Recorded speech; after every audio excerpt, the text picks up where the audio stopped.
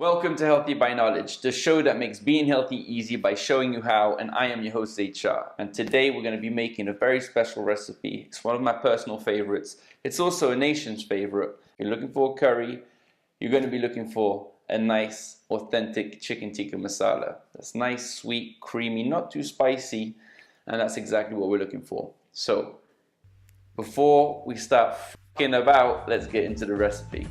First, we're going to need about a thumb of ginger. We're going to peel it and chop it up. Then we're going to take 2 cloves of garlic, 2 chillies, and the ginger and place it in a food processor. Now this is a handheld food processor. Then on the heat, we're going to toast some cumin seeds and some coriander seeds. This is going to take about a minute, 2 minutes tops.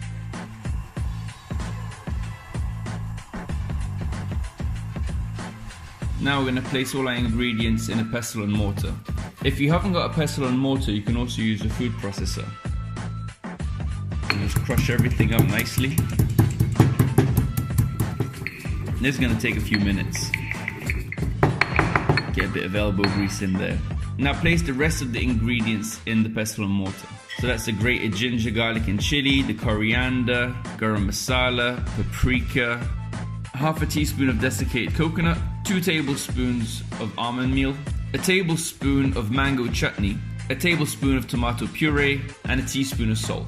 Now you're going to want to mash it up gently, but before I forget, we need to add 2 tablespoons of olive oil. This is going to help it smash up nice and smoothly, giving you a great paste.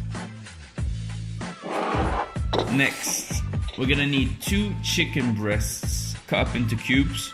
And we're going to add our marinade to the chicken with the juice of 1 lime. Now get in there with your hands. That's the best way to marinate your chicken. Okay, so in a hot pan, add a couple of tablespoons of olive oil. Get the oil nice and hot. And then we're going to add in our onion. Here I got 1 large onion diced. We're going to cook that off for 3 to 5 minutes. Just work it. Don't let it sit too long, because then the onion might burn and stick to the pan. So as long as you keep working it, you'll be fine.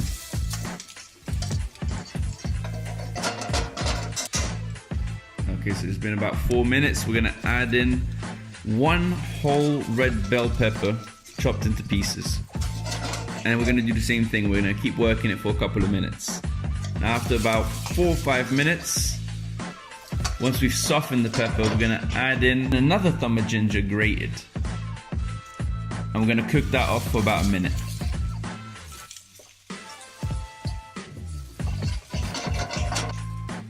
Now it's time to add in our chicken. So here we're going to stick the chicken in and we're going to cook it off for anywhere from 3 to 5 minutes. We're just looking to cook the exterior, get a little bit crispy. That's going to give it a ton of flavor. It's also going to give flavor to the ingredients that are already in the pan. Add a teaspoon of salt, a teaspoon of pepper, give it a little mix.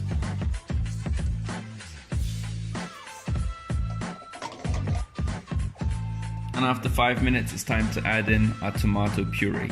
So here I got 4 to 5 tomatoes grated, which gives us this delicious puree that we can just stick into our chicken.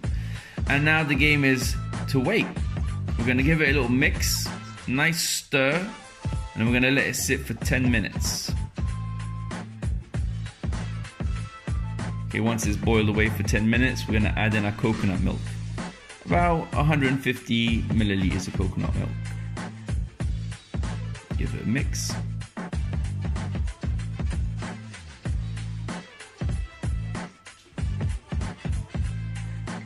And you're gonna probably want to work it every 5 to 10 minutes. I would say maybe every 5, because you never know with curries. If you walk away and let it sit for too long, it could burn. So just keep an eye on it, or make sure your heat is nice and low. Just simmering away, just like that.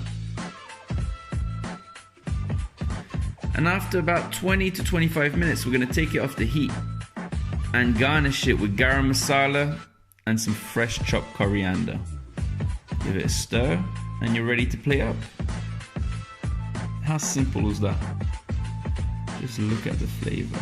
Look at that. A work of art.